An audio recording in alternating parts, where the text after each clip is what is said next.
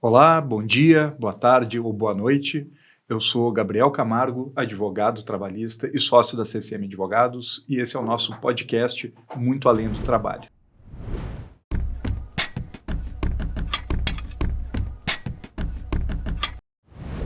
Hoje, para conversar um pouquinho sobre previdência complementar, eu tenho aqui ao meu lado o meu colega e sócio, Dr. Francisco Loyola, e os nossos convidados, Evandro Anholeto, ex-bancário da Caixa, participante assistido da FUNCEF e presidente da AMBER, a Associação Nacional dos Beneficiários dos Planos REG e REPLAN. E também conosco, aqui hoje, Carlos Henrique Radanovitsky. Acertei o nome? Acertei. Perfeito. Treinei, bem treinado. Estou há bastante tempo treinando a pronúncia. É atuário, sócio da equipe atuarial e assessor da AMBER. Então, pessoal, acho que para começar o nosso bate-papo hoje, acho que seria importante, a primeira coisa, esclarecer a diferença de uma previdência complementar aberta e uma fechada. Quem quer responder? Quem é que quer começar? Posso começar? Primeiramente, Henrique, vamos lá. Obrigado pelo convite, né? Bom estar aqui com vocês, Francisco, Gabriel, Evandro, nosso amigo. Então, a gente separar um pouco a tal da previdência aberta de fechada, né? Então, é muito conhecida a fechada hoje, a gente fala dos fundos de pensão, né? Então, essa é a previdência fechada, em que eu tenho uma patrocinadora que banca um banco, por exemplo, né? No caso da Caixa Federal, ela tem então uma fundação que é a FUNCEF. Então eu posso ter a Petrobras, tem a Petros, é aquela fundação, então que dá, garante aos seus funcionários, aos funcionários dessa patrocinadora um plano de previdência. Então é uma entidade fechada porque só aquele grupo pertencente a esse empregador ou a esse patrocinador, ele é associado dessa fundação, né? Associado, o termo técnico se usa é participante. E aberta é aquela aberta ao público. Então, quem vende hoje? Os bancos vendem um plano de previdência, né? Exemplo de PGBL, VGBL, seguradoras vendem isso também, né? Então, ligadas a banco. Qualquer pessoa que está passando na rua, entrou numa agência bancária, olha, eu quero adquirir um plano de previdência. Normalmente o gerente é que oferece, né? Isso quer dizer, aí normalmente a iniciativa é do próprio aí o gerente, né? Olha, como é que o senhor está protegido aí, né? Além do INSS, né? Vale também frisar que as entidades fechadas, elas são complementares, né? As duas são entidades de previdência complementar. Complementar ao quem? Ao regime geral ou INSS. Então essas, tanto a fechada como a aberta, eu tenho lá o meu regime, eu pago o meu INSS todo mês e eu complemento com algo a mais. Tá? O regime geral, ele tem um limite de contribuição, né, um teto de aposentadoria, e esse teto, acima disso, quem quiser contribuir, ou vai para o aberto, se não está vinculado a nenhuma patrocinadora que mantenha um plano de previdência, senão vai para o... desculpa, o contrário, né? Vai para o fechado, se fica em alguma patrocinadora que trabalha, ou para o aberto, se ele não tiver vinculação a nenhuma dessas patrocinadoras. Então, isso é o que diferencia, né? Quem vende? Um vende, o outro oferece, né?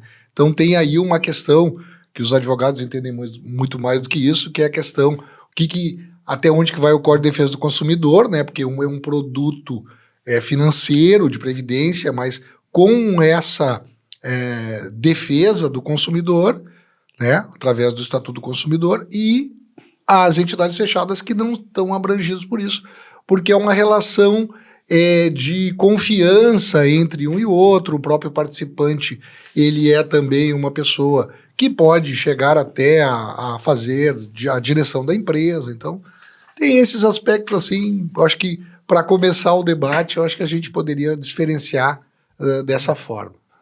Perfeito. E dentro dos planos, né, há algumas distinções também, né? Poderíamos assim tratar como alguns planos de benefício definido e contribuição definida também. Acho que seria essa a principal diferença ou não?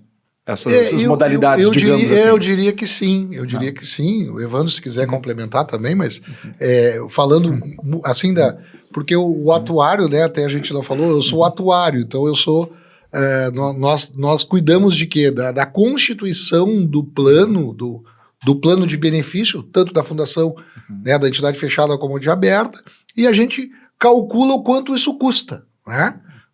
É exemplo do seguro do automóvel. Quanto custa o seguro do automóvel? Quem calcula? É o atuário, né?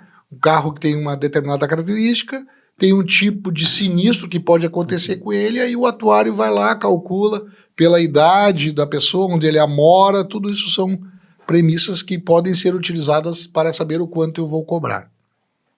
Então, em relação aos planos de benefício, vamos talvez focar um pouco mais no fechado, aproveitando a presença do Evandro aqui, né, que representa uma instituição, né, muito que nós fazemos essa consultoria muito atuante, né?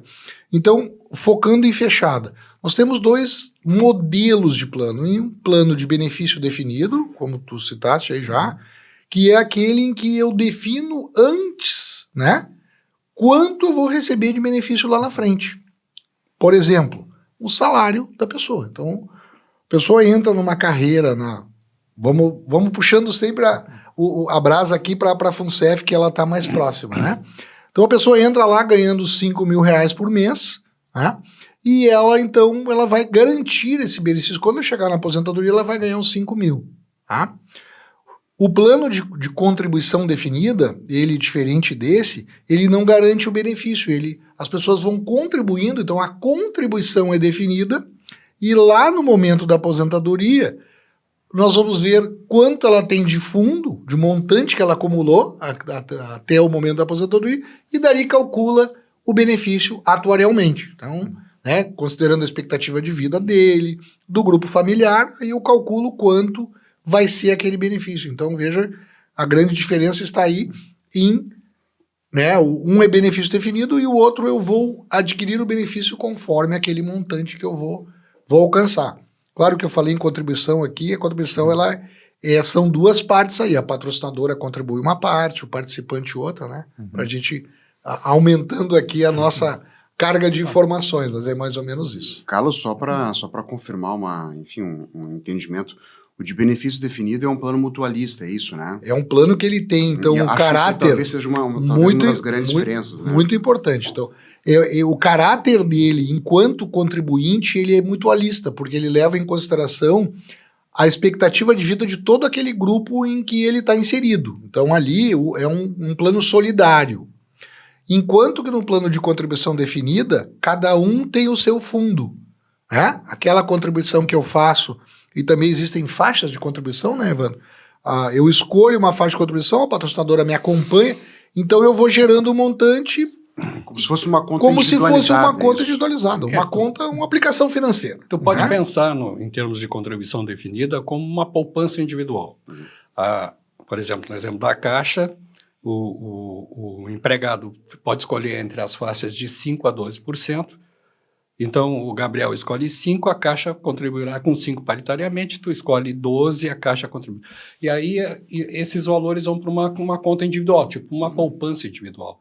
Aí, quando chega lá, que tu vai adquirir o direito de assistido, tu abre a sua conta e diz lá, o Gabriel contribuiu com 5, tem 500 mil. A previsão de vida dele é 15 anos. Então, vamos pegar esse valor. Quanto é que tu quer ganhar por mês, Gabriel? Nesses 15 anos. E tu tem 1 milhão, porque tu escolheu 12%. Uma diferença considerável também do plano, por ser mutualista, o plano de benefício definido, é que quando há desequilíbrio deficitário nos planos, né, essa massa solidária ela responde por esse desequilíbrio. Então, ela paga esse déficit junto, com paridade com a patrocinadora, né? No CD, que é um plano de contribuição definida, esse plano não tem déficit.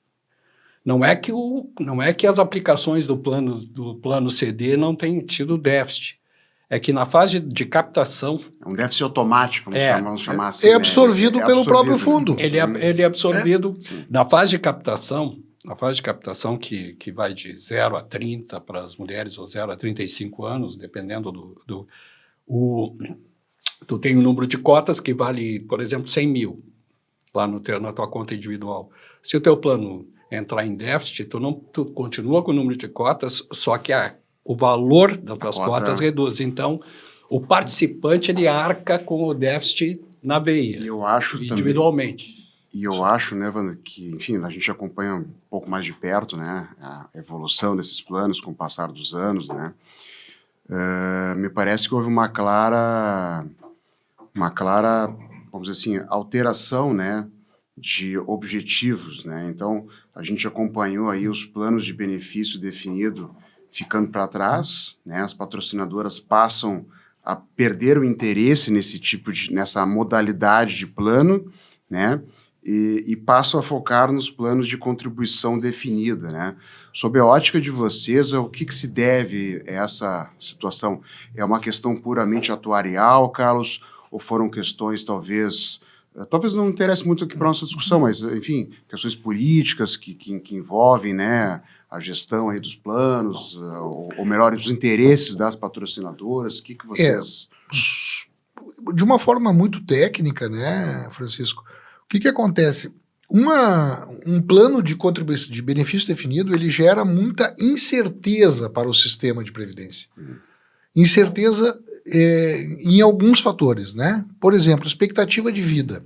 A expectativa de vida das pessoas está aumentando, né? Tivemos uma pandemia aí que foi deixamos fora esse ponto, mas... Então, a expectativa de vida aumenta. Então, quando foi projetado aquele plano lá, em 1970, na década de 70, a expectativa de vida era uma. Então, hoje é outra. Então, isso gera uma incerteza para o plano. Outro ponto, a questão da taxa de juros, né? Hoje nós estamos com uma taxa de juros alta de novo. Tem especialistas ótimos, vou falar melhor sobre taxa de juros, né, que vocês nos próximos capítulos. Mas a taxa de juros alta, ela é boa até para o plano de previdência, né, para o gestor, porque me sobra, eu consigo alcançar aquilo que eu prometi. Agora nós tivemos taxa de juros baixa, em que os planos de previdência tiveram déficit por causa disso. Porque eu garantia uma taxa nesse plano de benefício definido, eu garantia uma taxa de juros alta e eu não conseguia no mercado essa taxa. E aí houveram problemas nesse sentido de buscar investimentos que alcançassem, né, essa taxa. Mas, por exemplo, então isso é muito mais essa falta de certeza para a patrocinadora, principalmente. As vinculadas a banco, até hoje estava falando com um amigo em comum aqui, a patrocinadora banco, ela tem um nível, por causa do Basileia, o IFRS, que é um método de contabilização, de gerenciamento de riscos, de tentar tirar isso do compromisso dela. Ela poderia provisionar mais e tirar, também estava falando sobre isso, ela poderia ter mais constituição de provisão e ela eliminaria o seu risco, porque eu estaria sempre sobrando, mas não é o caminho que o dono, entre aspas, né, a patrocinadora faz. Ela quer pagar o mínimo, né, e ter menos compromisso, ter menos risco, né? O compromisso, vamos falar como sinônimo de risco aqui, né? Então, quanto menos risco eu tiver para aquele meu compromisso, que é a fundação, para ela melhor. Então houve, principalmente das estatais, houve um movimento muito grande de chamado de saldamento, que é o quê? Congela o plano com aquelas características que estão até o momento, em que cada um tem o seu fundo ali, congela ele e vem, né, um suplementar, né, um complementar àquele complementar, né, um novo plano que é de contribuição definida. Então, exemplo da Caixa, aconteceu isso, a Petros já fez migrações nesse sentido, a Previ ofereceu, mas manteve planos antigos, aqui estou falando das grandes estatais, a Postales também. Então, é o movimento, principalmente das estatais, de tentar fugir desse, sim, Francisco, né, desse risco, desse compromisso. A intenção principal é essa. Fazendo um pequeno resgate histórico aí, né, Francisco? A gente tem que lembrar que quando esses planos de benefícios definidos foram oferecidos aos trabalhadores estatais, por exemplo, Banco do Brasil e Caixa, os salários desses bancários, eles ficavam muito aquém do que hoje, que depois de alguns anos foram acrescidos. Então, o benefício definido, ele era uma premissa que chamava uma mão de obra mais qualificada, que incentivava uma mão de obra mais qualificada a trabalhar numa Caixa, no Banco do Brasil, numa postagem. E ter a tranquilidade que no futuro... Isso, e como saúde Caixa. Também, para dar um exemplo, os planos de saúde Caixa, né? Então, tu ganhava, paralelamente, não só um salário que não era grande coisa, tu ganhava essa segurança em termos de aposentadoria futura, né? E de saúde. É preciso dizer que uma previdência complementar, já diz o nome, né? Uma previdência complementar nada mais é que um contrato feito por um trabalhador, né? Em que ele contribui mensalmente, né? Visando manter uma vida digna depois que cessar o contrato de trabalho dele. Tentar manter no mesmo nível enquanto ele estava em atividade, né? Então, isso implica, primeiro, por que ele faz isso? Né? Primeiro, porque ele não tem tempo para ele aplicar mesmo os próprios recursos. Né? Segundo, geralmente não tem conhecimento suficiente para fazê-lo. Então, é um contrato, né? A redundância é aquela, né? Tu firma um contrato com alguém que tu entende, que é o gestor do fundo de pensão, que ele tem essa expertise, essa competência para fazer isso, né? E que ele fará uma gestão razoável dessa poupança que cada um faz. Enfim, atendendo todas as... Então, tu implica em confiança, falta de tempo, né? E tu delega isso a terceiros a fazer isso. Por isso que é importante, muito importante numa entidade fechada de previdência complementar, a transparência, que deixa a desejar hoje, e a isonomia de informações aos participantes, que também deixa a desejar. Então, é uma grande dificuldade esse ponto, né? A gente acompanha de perto isso, né? Muita dificuldade. Evandro, assim, como é que a Amber atua em busca dessa transparência, qual é a atuação, né, específica? Né? De tudo que é forma. Primeiro, a gente requer administrativamente, nunca conseguimos. Aí, quando não há mais nenhuma solução, a gente encaminha para a via judicial, e mesmo assim a gente enfrenta grandes dificuldades, porque a previdência complementar, Gabriel, é relativamente nova nesse país, tá? Vocês são um exemplo. Algum de vocês formados em direito tiveram alguma noção de previdência complementar, alguma disciplina de previdência complementar no curso de vocês? Não. A bibliografia de previdência complementar é exígua, quase inexistente. O que existe é muito elementar, né? A Amber trabalha nisso também, está produzindo já produziu uma obra, produzirá a segunda nesse ano, e a ideia é produzir mais duas, uma em 27 e 28. Então, a Amber fiscaliza a parte contábil, a parte de investimentos, né, a parte jurídica, os direitos dos participantes. A gente requer, porque um fundo de pensão, existe um tripé de financiamento ao fundo de pensão. Existe a contribuição da patrocinadora, a contribuição do participante e os investimentos gerados por essa poupança das duas, né, da contribuição da patrocinadora e participante. Recentemente, não há muito tempo, os fundos de pensão tiveram déficits de dezenas de bilhões, gestões assim, gestões bem complicadas, né, Carlos? E nós só fomos descobrir quando nós fomos chamados para equacionar, porque até aquele momento era tudo uma maravilha. E quem de fato detém a gestão do fundo de pensão é a patrocinadora. Por exemplo, na FUNCEF, tu tem uma diretoria executiva, tu tem um conselho deliberativo, que é a instância mais alta do fundo de pensão, é o conselho deliberativo, e tu tem um conselho fiscal. Na diretoria executiva, a patrocinadora tem voto de qualidade. Então, o empate é dela. Se der 2-2, 3-3, o empate é dela. Ela vota 2 vezes.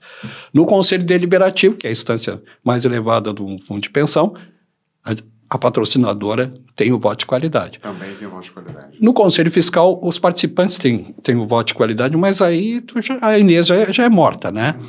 Então, por isso que é tão importante transparência e mecanismos que a Letícia e o Martins virão aí provavelmente, falam em governança, compliance, transparência, isonomia de informações, porque quando houve os déficits até aquele momento, nós descobrimos quando nós fomos chamados, aqui é mais ou menos tu ser sócio do Francisco, tu fazer a gestão do escritório, não informar nada para o Francisco, aqui um pouco tu chama o Francisco, tô com um déficit aqui de 5 bi, meu amigo, vamos rachar esse troço aqui, entende? Inclusive, né, Evandro, a gente também acompanhou ali muito de perto, o próprio Ministério Público Federal fez algumas intervenções pontuais, mas muito importantes aí, né, a saber a Operação Greenfield, né, como é que tu acompanhaste essa situação dessa operação? Como é que foi a atuação da A Amber atua nas ações da Operação Greenfield, né?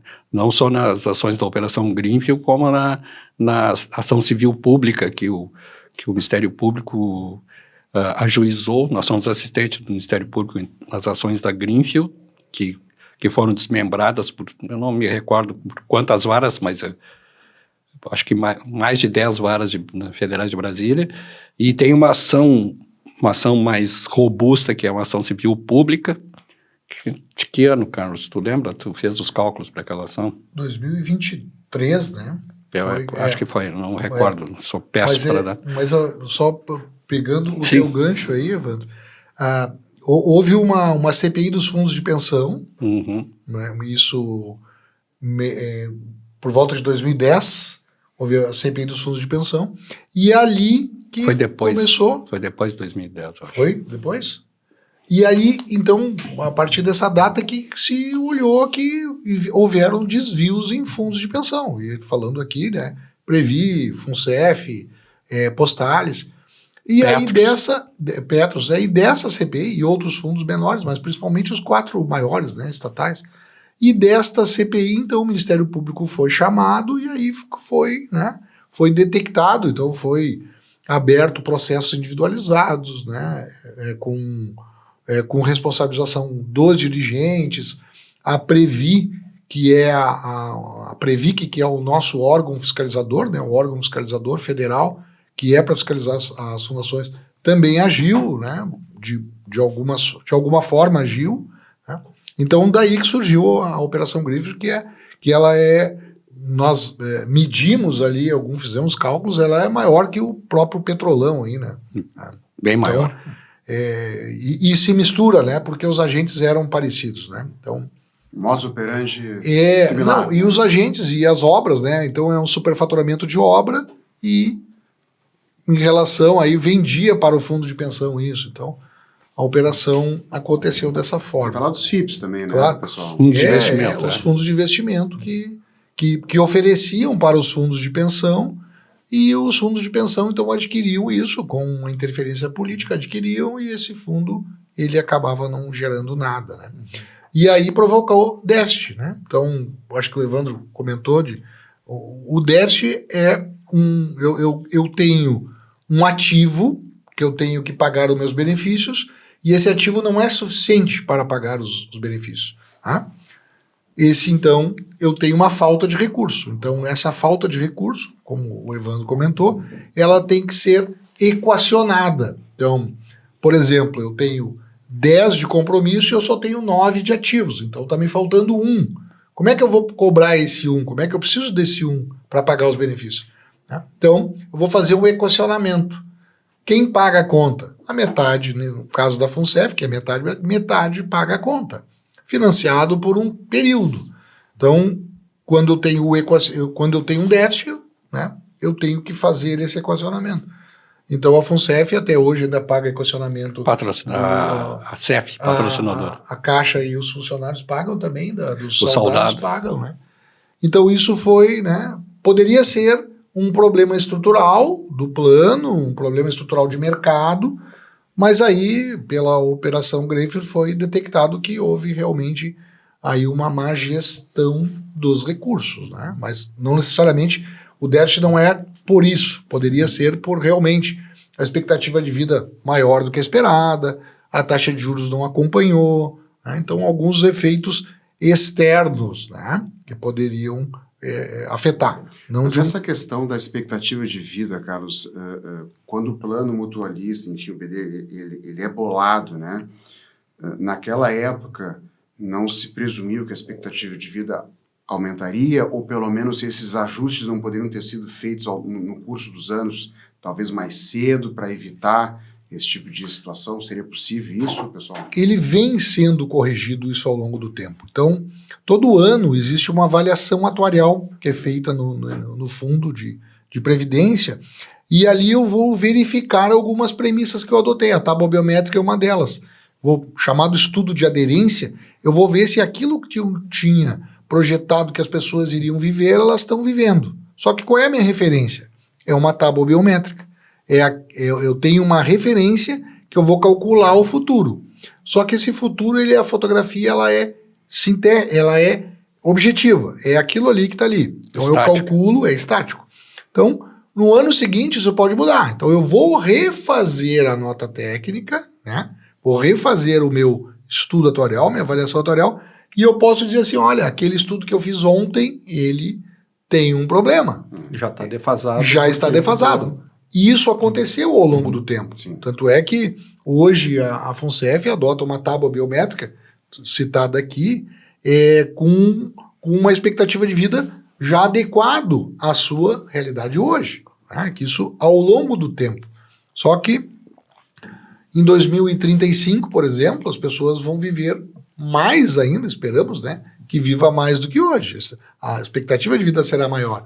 Só que a gente não sabe o quanto isso hoje. Existem modelos atuariais que já estão trabalhando com tábuas dinâmicas. Só que isso ainda não está ainda, está em estudos, né? Existem estudos em relação a isso, mas as fundações elas não estão adotando isso, porque o órgão fiscalizador não exige, já tem estudos internos de algumas fundações, para que a gente comece a enxergar um pouco mais para frente. Né? O atuário, ele calcula a reserva atual com premissas atuariais e com premissas atuais. Olhando o futuro, sim, né? Porque a reserva matemática hoje ela é o valor atual de todos os compromissos futuros, mas numa premissa estática. Então isso é que está sendo desenvolvido para essa premissa também ela ser dinâmica. Então isso vai acontecer, né? 2030 está se estudando isso. Né? A reserva- que entre. A reserva matemática, assim, explicado assim em linguagem leiga, porque o Carlos é muito técnico. O Evandro me salva muito nisso. Ele traduz para os mortais, né, Evandro? Eu sou mortal. Né? É mortal. Muito mortal. A reserva matemática basicamente é o seguinte: quanto de dinheiro eu preciso hoje, trazido a precificação de hoje, né, Carlos, para cumprir com o pagamento de todos os benefícios, os assistidos, os que já estão assistidos e os que serão assistidos no futuro. Tá? Então é isso, né, Carlos? Isso então, aí. se eu estiver errado, tu me corrija aí. Considerando os novos assistidos, porque Isso. eu tenho hoje, né, o Evandro não vai acontecer, mas se o Evandro nos deixar, ele vai deixar um pensionista. Então o assistido e o assistido do assistido. É o beneficiário dele. Não tem outro cara para dar exemplo, é sempre eu. Pega o Sérgio. Tá mais próximo. Pega o Sérgio também é participante. Carlos é imortal, hein? Ele é imortal. É sempre ele, quando ele tem que matar, quando ele tem que matar alguém para dar esse exemplo, ele me escolhe. Não só tu, né? O Edson, o Martins, a turma toda vai reta ali. Mas por isso que tu vai viver tanto. Lembrando, né, que os planos normalmente têm ali, né, os benefícios de complementação de aposentadoria, né, a pensão por morte, auxílio funeral. Isso reverte em pensão. Então, aquela aposentadoria reverte em pensão e aí reverte para os filhos ainda, né? Então, os filhos menores, né? Os filhos inválidos vão receber a vida toda. Então até os 21 reverte. Isso aí. Isso vale também nos planos de contribuição definida, não, só no o benefício plano definido. de contribuição definida, o plano, pegar bem a FUNCEF, até o momento da aposentadoria, eles são diferentes. Tá? Quando a pessoa se aposenta, eu converti aquela renda, ele vira benefício definido. Ele é CD na fase de captação. Enquanto contribuinte, ele é CD. Ele é o quanto eu vou acumular. Quando eu cheguei na fase da aposentadoria, olha, quanto é que vai ser o teu benefício? No plano de benefício definido, eu digo, é o teu salário, a média dos últimos 36 meses. Aí o plano de contribuição definido, não. quanto tu tem acumulado e qual é a tua expectativa de vida. Muito bom? Bom. Então, teu salário vai ser, tua aposentadoria vai ser 1.000. Bom, então os dois aí ficam iguais. A administração deles. Se a pessoa iguais falecer... também numa situação de déficit? Iguais também numa E eu situação de preciso déficit. fazer uma outra pergunta. Se a pessoa Claro. superar e muito a expectativa de vida, no caso da contribuição definida, na hora que se definiu ali o valor que ela tem que receber, ela vai receber até um determinado limite e depois não, é isso? Ou não vai ser É que essa sair de algum outro... até a contribuição, até a conversão em aposentadoria, que é o momento determinado no regulamento que a pessoa vai se aposentar, esse fundo é dele. Então, aqui eu não tenho a pessoa viver mais ou menos. Agora, converter o benefício. Bom, ali a capitalização também é coletiva. Passa a ser, nos dois planos, a capitalização é coletiva. Estima-se que pessoas vão viver menos e pessoas vão viver mais. Na média, né? Por exemplo, uma pessoa de 70 anos, a expectativa de vida dela é 20. Mas vai ter gente que vai viver 22 e vai ter gente que vai viver 18. Então, isso está no cálculo. Porque a partir daí o benefício é definido. Então, aqueles 1.000 da data da conversão ali, ele vai receber a vida toda. Se ele vier a falecer, a família vai receber proporcional aquele Tanto é que benefício. no CD, né, no de contribuição definida, via de regra, a pessoa ela pode optar, eu quero seguir recebendo o benefício, eu posso sacar, resgatar esse valor. Né? Posso resgatar, exatamente. Já no BD, Já no benefício definido, isso O não benefício é... não. depois que tu for assistido, não. Depois, no momento que tu já te transforma em assistido da FUNCEF, tu não tem mais como sacar E o plano recursos CD é do isso, BD. porque ele é financeiro naquele primeiro momento, né? Como a gente falou aqui, é uma aplicação financeira, uma poupança, né? Ele é financeiro naquele primeiro momento. Antes dele fazer aquele cálculo da renda dele, ó, quer sacar um pedaço, quer sacar tudo, aí ele tem essa opção. Mas para a área de vocês, da CCM, que tem esse trabalho social relevante de defender trabalhadores, né, é importante a gente pensar sobre a relevância de uma previdência complementar hoje, né, da importância social de uma previdência complementar hoje. Porque não é segredo para ninguém que o regime geral de previdência social enfrenta problemas gravíssimos, né? Uma das premissas aí que o Carlos falou, que é a tábua de mortalidade, né? Os déficits, que alguns dizem que não tem déficits, né? E a gente pode projetar que cada vez mais, com o andar do tempo, será mais difícil que essa pessoa terá que trabalhar muito mais no regime geral, e os benefícios serão cada vez menores. Se eu estiver errado, me corrija aí, Carlos. Então, é muito importante que um sistema de previdência complementar universal fosse estabelecido pelo Estado. Tá? Já houve projetos da União contribuir com parte e os trabalhadores com outra parte, porque o regime geral de previdência enfrenta grandes dificuldades. Mas, para isso, no Brasil, nós temos que caminhar muito ainda para melhorar o regime de previdência complementar. Porque ele é novo, porque a legislação dele basicamente é a Lei Complementar 108 e 109 de 2001, né? Uma lei, são duas leis complementares. Então, há muito que caminhar, há muito que aprender e caminhar. Tem países desenvolvidos, por exemplo, que pega uma Noruega, uns países escandinavos que a previdência complementar deles, de funcionários públicos, participa com 35% do PIB do país. Tá? E o Brasil ainda tem que aprender muito em previdência complementar. O próprio judiciário não tem experiência em previdência complementar, salvo algum outro ministro de tribunais superiores que conhece mais o assunto. Acompanhamos bem de perto isso, né? A dificuldade que é de explicar a situação, de colocar a questão técnica, colocar a questão jurídica, é um enfrentamento, né, de todos os lados, né? E esse desconhecimento da magistratura realmente dificulta muito, né? Dificulta, porque é um campo novo, né, Francisco? É um tema novo. Os advogados não têm formação em previdência complementar. Não tem um curso, acho que, de direito no Brasil que tem uma cadeira, pelo menos uma disciplina de direito de previdência complementar. Então, tu sai de lá e aí tu vai para a questão bibliográfica que eu falei anteriormente. Não tem. É isso que eu dizer, até hoje eu talvez eu não tenha visto, né, nenhum curso aí de pós-graduação, algo nesse sentido, assim, com enfoque jurídico, né, algo nessa linha. Não tem. Eu desconheço. Se tiver, é muito recente, né? Então, é um campo que tende a crescer demais, né, Carlos? Mas também o Brasil tem que, tanto o legislativo, como o judiciário, como o executivo, tem que ficar mais atentos em relação a isso, porque existe uma insegurança jurídica muito grande, né? Os caras assinam um contrato de previdência complementar e aqui um pouco lá, uma resolução de não sei o que lá, um julgamento do STJ, aí já não é mais assim, aí já não é mais assado, aí tu cria uma insegurança jurídica medonha, e aí os caras, a nova geração vai pensar assim, pô, eu vou entrar num sistema com insegurança jurídica dessa. A credibilidade do sistema, né, e aqui o nosso papel é esse também, né, de trazer informação para difundir, né, eu sou defensor da previdência complementar, também. Tanto aberta como fechada, cada um tem o seu espaço, e a credibilidade é que vai dar mais força, né?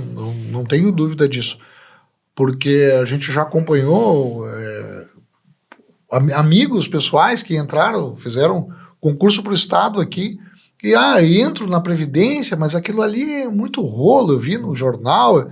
Não, cara, ali tu vai ganhar o dobro, porque o Estado bota o dobro teu, então continua, vai lá, faz, tenta contribuir pelo máximo, né? Porque Fique firme e tenha fé. eu fico firme, então, porque assim, os jovens que também, né, tem um pensamento mais imediatista, né, mas que enxerguem isso, só que a gente precisa de boas notícias, né?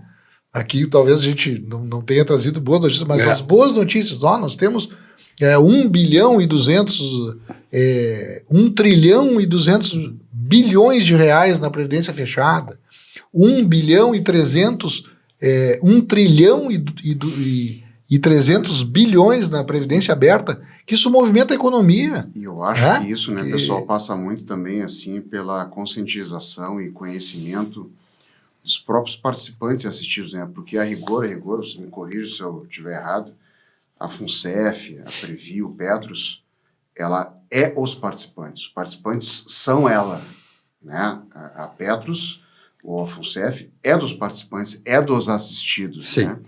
E a gente, infelizmente, tem essa dificuldade, assim, né?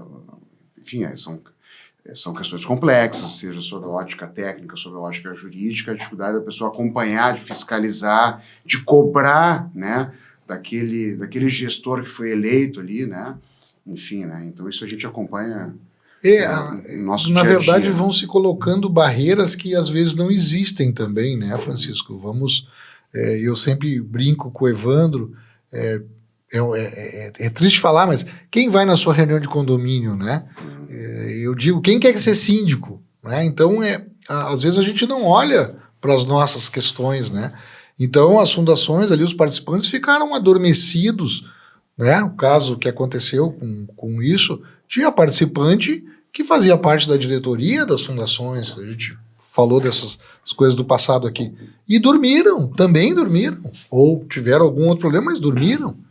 Então as pessoas não se atentam que isso é o futuro de todos, né? Então, é o futuro do país, né? Um país que tem uma previdência complementar organizada, porque o nosso INSS é assistencial, isso, né, está misturado com Bolsa Família, isso é assistencial. A nossa previdência pública é assistencial.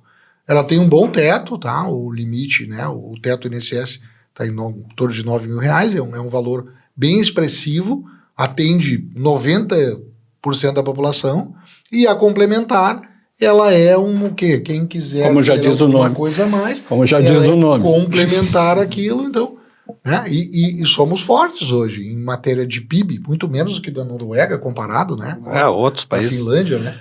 Mas, então, eu acho que temos muito que crescer. Mas volto a elogiar, né, essa iniciativa aqui, é isso, é difundir, é conversar, é questionar. Né? Respondendo a pergunta assim do Francisco, tentando responder. Primeiro, Francisco, que é um tema novo, e os participantes tu tem que criar o hábito, né, de fazer isso. Mas existem questões materiais que impedem. O cara está trabalhando na Caixa, entendeu? O cara tem que cumprir meta, o cara não tem tempo. Por isso que ele já contratou um gestor, tá, que ele não tem tempo e ele acha que aquele cara ele é mais competente para gerir essa poupança desse fundo de pensão.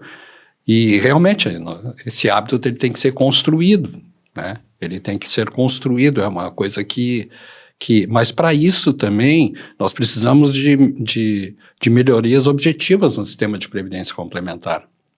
Nós precisamos de uma legislação mais atualizada, nós precisamos de uma discussão mais séria do tema no legislativo brasileiro. Eu sei que tem um monte de discussões até sérias no legislativo brasileiro que tem que ser feitas, né? Mas aí o que fica? O ruim sempre marca mais, né? Aí tu pega um caso master que um fundo de previdência de empregados, de servidores estaduais ou do não sei de onde, enfia 1 bilhão lá dentro. Por isso que é tão importante, já que o cara não tem tempo, já que ele fez um contrato para que tu administre o nosso patrimônio, porque tu é mais competente por isso que é tão importante isso. A Letícia, se vocês trouxerem ela aqui, ela e o Marco, por isso que é tão importante transparência e isonomia de informações. Porque se nós não temos o hábito ainda, tu tem que chegar em casa depois que trabalhou 8 horas na Caixa, sentar e receber informações claras e acessíveis. Não. Tá? Nós não estamos pedindo que os fundos de pensão antecipem aos participantes aonde investirão, porque isso é guardado por sigilo, não é isso. Mas nós só estamos pedindo o seguinte, que eles nos informem depois que eles investiram, que seja 1 ano, 2 anos, porque investiram, como está, sabe? Aí tu vai criando esse hábito também, e isso tem que ser avançado, nós temos que avançar muito em termos de sistema de previdência complementar, em relação à transparência, isonomia de informações, uma linguagem clara, né? Compliance, nós temos que avançar. Embora o Carlos diga que já se avançou bastante nisso, né? Eu posso, né, voltando aí, exemplos práticos, né? A Caixa ia comprar alguma coisa do Banco Master e não comprou, foi bloqueado. Então, melhorou-se. Foi bloqueado por gerentes, né? Exatamente, mas... Participantes da FUNSEC, provavelmente. Mas conseguiram bloquear. Então, se a gente olhar aí de 2005 para cá, evoluímos. Passaram 20 anos, mas evoluíram em matéria de governança. Temos a crescer legislação, temos que crescer a própria participação, né, de como participar. Responsabilização dos gestores, quer dizer, quem roubou tem que ir preso, né? Então, são várias ações para dar o quê? Credibilidade. A pessoa que está entrando hoje, passou num concurso estadual aqui, né? Tem um regime aqui próprio, tem o próprio e tem o complementar aqui. Entrou aqui, então, olha, que legal que tem um instituto, né? Um fundo de pensão que eu vou botar meu dinheirinho ali, porque isso movimenta também o Estado, né? O dinheiro fica. Poupança interna é uma coisa boa, né? É bom para todo mundo. Porque veja bem, aí na área de vocês, tá? Uma provocaçãozinha para os nossos... Nós temos uma reforma trabalhista. Sim. Já tivemos uma reforma da Previdência. Nós temos a terceirização, quarteirização, caminhando para a pejotização. Os maiores absurdos. Os cálculos mais otimistas dizem que o Brasil chegará no ano de 2040 com 40 milhões de pessoas sem nenhum amparo de previdência. E aí? Essa decisão do STF que pode, né, daqui a pouco aprovar e liberar a pejotização irrestritamente, assim, vai ser uma catástrofe para a Previdência Social, né? O impacto disso muitas vezes acaba não sendo considerado, se pensa daqui a pouco sob uma ótica imediatista, sobre a falácia da modernidade das relações de trabalho, mas na prática isso vira, né, um efeito borboleta, aquela coisa que vai impactar lá na frente. E os direitos e os interesses financeiros, né, não estou falando dos interesses financeiros legítimos, né, os interesses financeiros espúrios, né, que estão dominando esse cenário, essa narrativa, né? Aí, Isso que realmente preocupa. Aí, Francisco, aí nós temos um discurso cada vez mais de que o Estado tem que se retirar, o Estado tem que gastar menos, o Estado... O que é que nós faremos com esses 40 milhões de pessoas que não têm nenhum amparo de previdência? 40 milhões de empresários, pessoas físicas, olha aí. Não, 40 milhões... Doutor, é uma provocação. O que nós faremos quando essas pessoas chegarem... O Carlos dirá, é uma tragédia, né? Como atuário. O que nós faremos com essas pessoas, cerca de 40 milhões em 2000 e sei lá quanto, 40, 50, não sei, sem o Estado? Sabe, a gente está cuspindo para cima, Não, mas porque desculpa, tu vai ter que manter. Mas o Estado vai ter que manter. Sim, vai ter que manter. E como é que tu mantém eu e sai? Eu fugi dali e na frente eu vou ter que bancar. É o cobertor curto, né? É o cobertor curto. Claro. Tu fugiu do cangal aqui, mas tu vai encontrar o cangal lá na frente. Mas não adianta. Então essa... Cangal é o cachorro turco, só para deixar claro. Tá? Por Que é isso uma, que é? O cangal é o cachorro turco, considerado o mais de luta curta, tem 3 vezes e meia mordida do pitbull, ou 3 vezes a força do Mas pitbull. Mas é o cobertor curto, é isso aí. E outra, é o cobertor curto, o cara tá olhando no verão. Só que assim, o inverno vai chegar. O cobertor curto vai ser mais prejudicial a ele ainda. Então, eu acho que esse é o ponto. Eu olhar o sistema como um todo. Isso. E não olhar hoje, olhar amanhã, o que é a consequência, né? Parar de pensar o amanhã só, né? Eu pensar a longo prazo, porque é o que vai acontecer, né? Eu ajeito aqui agora, acho que está tudo bem, mas e o que vai estourar? Não, o próximo governo aqui. Plano de Estado a gente não tem, né? O Brasil não tem, o Estado não tem, o Estado... O que nós faremos amanhã? A prefeitura não tem, né? Então fica muito isso, né? Apagar um incêndio de hoje. Isso. Então isso... E não tem dúvida que esse desequilíbrio que existe hoje e uma solução rápida e prática para esse desequilíbrio hoje vai dar um desequilíbrio maior no futuro. Eu vou fazer uma provocação, se tu me permite, Gabriel, assim, tomar a mediação por pouco tempo. Ela está ali me olhando e está com cara de brava, né?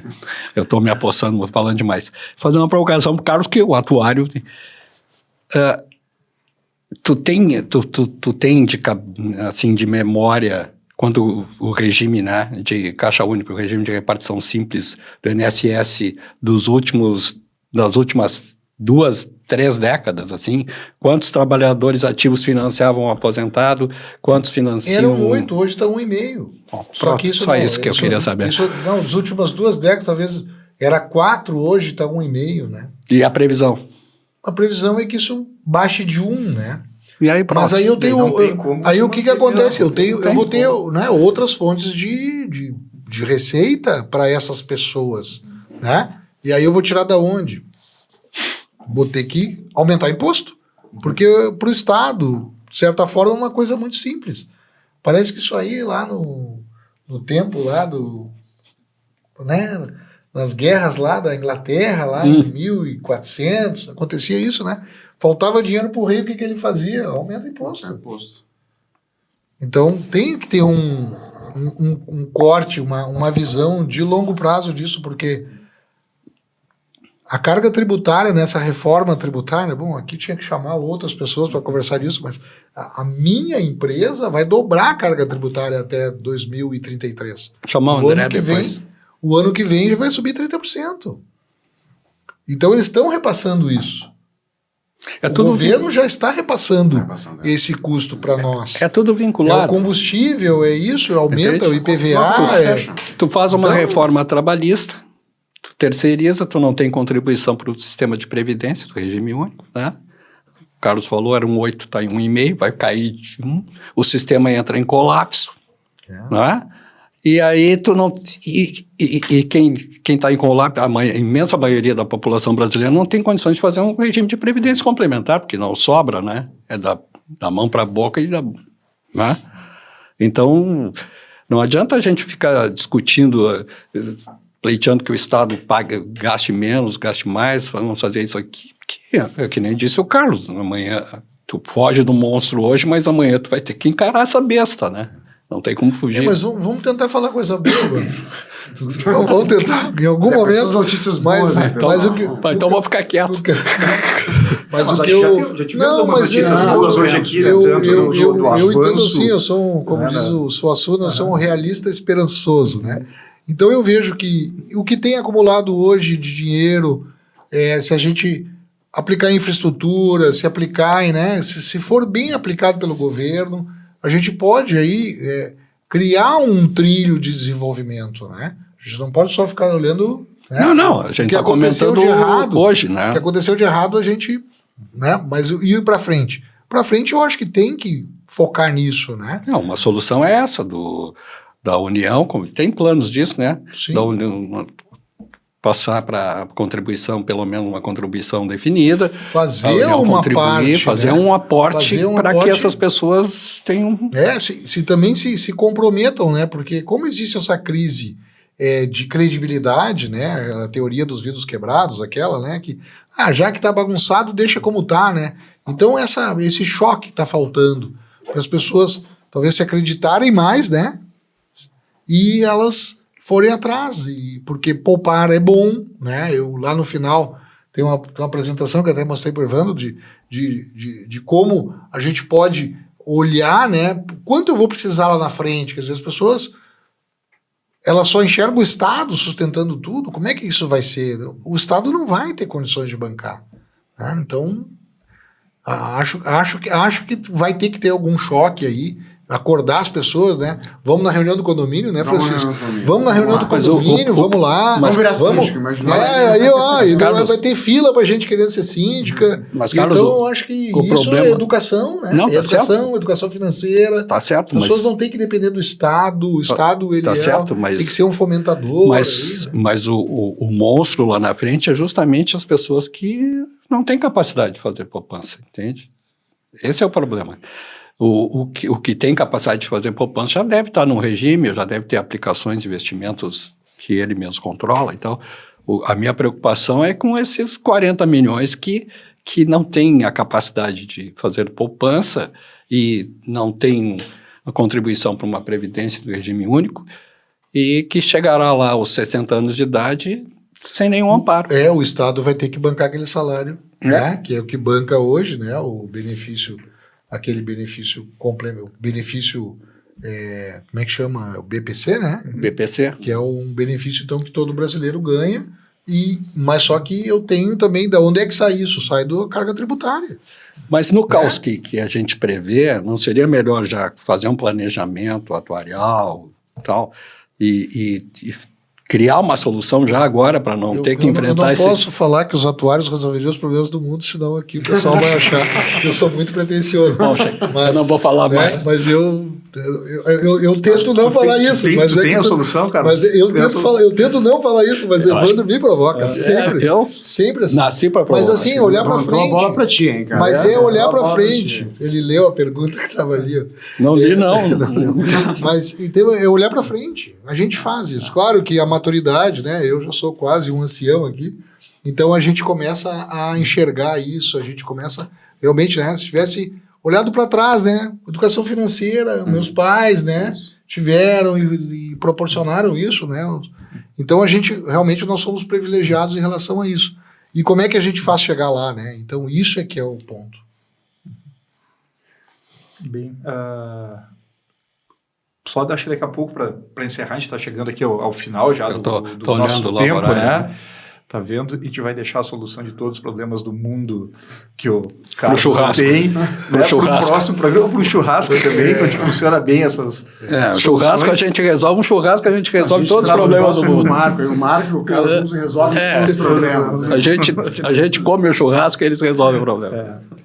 Bom, pessoal, não sei se querem deixar algum recado, alguma última mensagem, se o Francisco quer daqui a pouco, porque a gente acabou falando, no fim das contas... Só de previdência. A gente não falou de direitos do trabalho também, né? A gente acabou não Isso. abordando muito assim, alguns aspectos importantes que eu acho que vão acabar ficando para uma outra Não, sem dúvida. oportunidade, mas deixar mas o recado... Tu pode fazer um pequeno resumo como coordenador da área trabalhista da Amber sobre os teus desafios em 3 minutos que tu enfrentou nesses... Não, vamos lá então. Só para pessoal. sacar. 40 anos em 3 minutos. Vamos lá. Ele pensa que vem aqui só para assistir, não vai falar nada. Não. Enfim, né? Mas vamos lá, pessoal. Não, rapidamente aqui, né? Para o pessoal que vai nos assistir, ou que está nos assistindo, né? Passar assim que realmente, para nossa surpresa, né? E uma surpresa muito positiva aí, tivemos agora no mês de fevereiro o julgamento do famoso tema número 20 do nosso Tribunal Superior do Trabalho, que na prática, enfim, compilou, né, estudou, avaliou aquelas decisões que vinham sendo tomadas no âmbito do judiciário trabalhista em relação aos prejuízos, né, os prejuízos que os trabalhadores vinham sofrendo em relação ao cálculo da complementação de aposentadoria, uma situação em que ele conquista uma parcela trabalhista, uma diferença de salário, em uma ação trabalhista pretérita, ou se identifica que uma determinada parcela não foi devidamente observada para efeitos de contribuição, isso vai impactar negativamente em recolhimento de contribuições, na formação da reserva matemática e, ao final, na apuração de um cálculo, né, de um benefício de complementação de aposentadoria inferior àquele que ele teria direito se o salário tivesse sido pago corretamente na época apropriada pelo seu empregador. Então, tema número 20, o TST se debruçou sobre essa matéria, né, analisou com profundidade 2 temas que já haviam sido estabelecidos, né, pelo STJ, o tema 955 e o tema 1021, que já tratavam, né, dessa matéria, né, e sinalizaram para o judiciário trabalhista a possibilidade, sob a ótica da justiça comum, a possibilidade de se postular no âmbito do judiciário trabalhista a cobrança de uma indenização contra o empregador, né, que tenha eventualmente gerado esse prejuízo com a prática de um ato ilícito. O ato ilícito é o descumprimento da legislação trabalhista, o pagamento incorreto dos salários, né, que gera esse prejuízo, né, e acrescentou, né, trouxe uma novidade que foi definir a regra do jogo, né, no que diz respeito à prescrição que deve ser observada. Então, rapidamente, já que o nosso tempo aqui é um pouco mais curto, o que ficou estabelecido no tema número 20, né, para quem nos escuta poder compreender. Regra número 1, vale, né, a prescrição trabalhista. Né, prescrição aquela de até 2 anos para o ajuizamento do processo, a contar da rescisão do contrato de trabalho, né, podendo se discutir, né, aplicando-se ainda a prescrição parcial de 5 anos para trás. Porém, eu digo assim, a grande conquista da classe trabalhadora, com base nesse julgamento, foi a questão da modulação. Então, a primeira regra de modulação é que essa prescrição de 2 anos, ela passa a valer apenas para os contratos que forem extintos a contar da publicação da decisão do julgamento do tema número 20. Então, todas aquelas situações anteriores, não vale essa regra dos 2 anos, vale a regra dos 5 anos. De uma maneira geral, tentando assim resumir, né, esses 5 anos eles passam a ser contados não necessariamente a contar da rescisão do contrato de trabalho, e sim a contar do trânsito em julgado daquela decisão proferida no processo trabalhista anterior que assegurou a ele aquela diferença de salário, né? Porque é essa situação de um processo trabalhista anterior, reconhecendo esse pagamento incorreto do salário e deferindo a diferença de salário, junto com a rescisão do contrato de trabalho e o início do pagamento da complementação de aposentadoria, que juntamente configuram, digamos assim, o prejuízo se materializa ali e nasce o interesse de agir, né? Então, o interesse de agir, ele depende dessas 2 situações.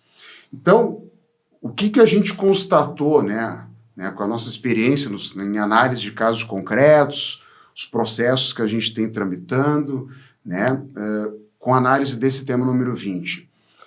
mesmo trabalhadores que já se desligaram, né, da Caixa, do Banco do Brasil, da Petrobras, enfim, já rescindiram seus contratos de trabalho há muito tempo atrás, né, pode ser que mesmo nessas situações eles ainda tenham prazo para ingressar em juízo com uma reclamatória trabalhista, com uma ação trabalhista, para discutir, para cobrar exatamente esta indenização, para compensar esse prejuízo que ele passa a ter a contar do recebimento do benefício, da complementação de aposentadoria. Então, eu digo assim, esse ano, para nossa surpresa, né, porque nos últimos tempos a gente não espera muito aí dos tribunais superiores, muito menos de um STF, né, no que diz respeito ao direito do trabalho, né? Mas essa foi uma grande conquista para a classe trabalhadora. Eu digo assim, uma grande conquista, mas acima de tudo uma conquista justa. Foi feito o que deveria ter sido feito, se estabeleceu a prescrição de forma adequada, se estabeleceu a modulação, né? O trânsito em julgado, né, desses temas 955 e 1021 também serviram como base, né, nessa modulação. Aí tem alguns detalhes que eu acho que aqui não vale a pena esmiuçar, mas isso também foi observado, né? Então, em termos trabalhistas, assim, tentando conectar, né, esses dois mundos, né, direito do trabalho, previdência complementar, direito à previdência complementar, o que a gente tem de novidade aí no âmbito, para trazer a chamada segurança jurídica, né, é o julgamento do tema número 20. E assim, né, Francisco, acho importante complementar que essa explicação que foi dada agora aqui, ela está bem detalhada nas redes sociais, enfim, em outros podcasts também que a gente já falou sobre o tema. Sem dúvida. Mas então tá, pessoal, acho que chegamos aí ao final do nosso tempo, né? Estourando o tempo, Estourando inclusive, eu diria. Agradeço muito a presença do Evandro, do Carlos Henrique, do Francisco, né? E a quem nos acompanhou até agora, muito obrigado e até uma próxima edição. Até mais, um abraço.